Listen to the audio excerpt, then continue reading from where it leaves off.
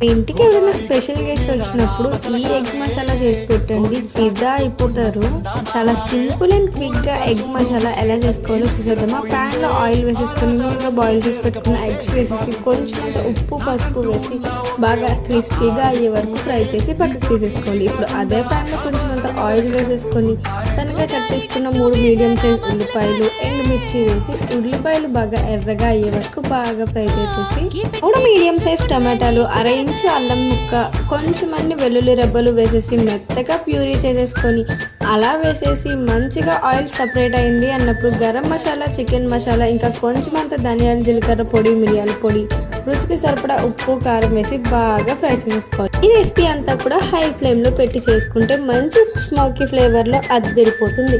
అలా మసాలా వేగిపోయింది అన్నప్పుడు మనం ముందుగా ఫ్రై చేసి పెట్టుకున్న గుడ్లు కూడా వేసేసి బాగా దగ్గరికి వేగిపోయింది అన్నప్పుడు వేడిగా అన్నంలో